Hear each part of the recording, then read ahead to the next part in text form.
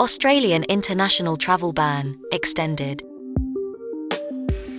In today's video update, we will talk about Australia's extension of international travel ban for citizens and permanent residents.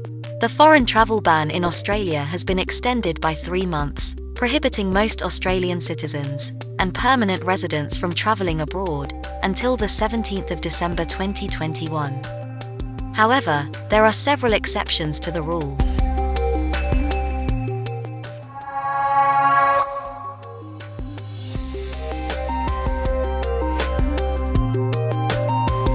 The federal government stated on the 3rd of September 2021 that outbound foreign travel and cruise ship arrivals would be restricted for an extra 3 months as part of a 3-month prolongation of the biosecurity emergency period. The emergency period, which has been in effect since the 18th of March 2020, was set to end on the 17th of September 2021, but has now been extended until the 17th of December 2021. The extension was proclaimed by Australia's Governor-General, David Hurley, on the 2nd of September 2021, according to Federal Health Minister Greg Hunt. The Governor-General's declaration today was influenced by specialist medical and epidemiological advice supplied by the Australian Health Protection Principal Committee and the Commonwealth Chief Medical Officer, Mr. Hunt stated recently. Mr. Hunt also announced the decision, stating that the biosecurity period has been extended in response to the global COVID-19 situation, which continues to pose an unacceptable danger to public health.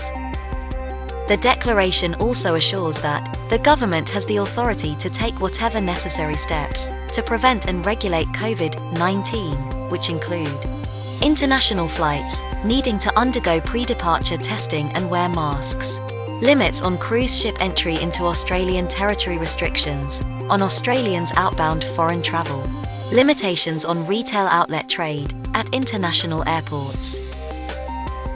What effect will this have on foreign outbound travel?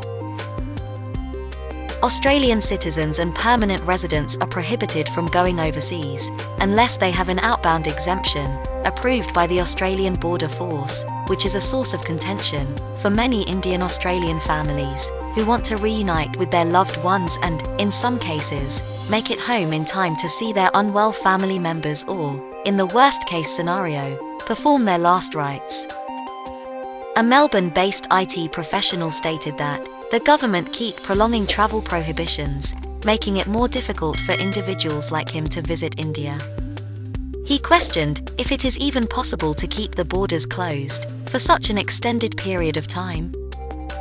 While the Australian government has withdrawn India's high-risk designation for travel purposes and returned its travel exemption criteria to global settings, people wishing to visit can only do so provided they fulfill one of the following requirements. Their travel is in response to the COVID-19 outbreak, including the provision of aid, traveling for their business employer, they're in need of receiving urgent medical treatment that is not available in Australia, required to travel outside Australia for a compelling reason for 3 months or longer, due to compelling or compassionate grounds. Their travelling is in the national interest. Individuals who are ordinarily residents in a country other than Australia. When will the borders of Australia reopen for foreign travel?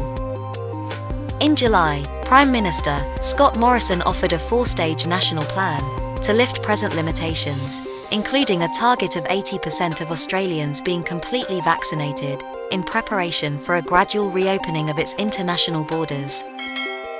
While he did not provide any timeframes, the proposal made it very apparent that borders would likely stay mostly closed until the vaccination objectives are met, but limited travel may be permitted through suggested travel bubbles with low-risk areas, such as Singapore and the Pacific.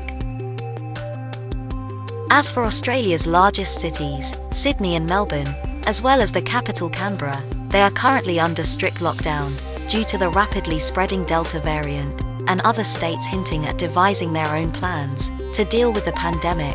The federal government has urged jurisdictions to adhere to the national path out of the pandemic. Mr. Frydenberg told the reporters recently, that is why, whether it is Western Australia, Queensland, or the southern states, it's critical that everyone follow the national strategy. He went on to state that, if the lockdowns persisted after the vaccination objectives were fulfilled, the economic effect on companies and employment might be far greater. This is the end of today's video update. If you found this video update useful, then please comment below and share your opinion with us. Thanks for watching today's video update.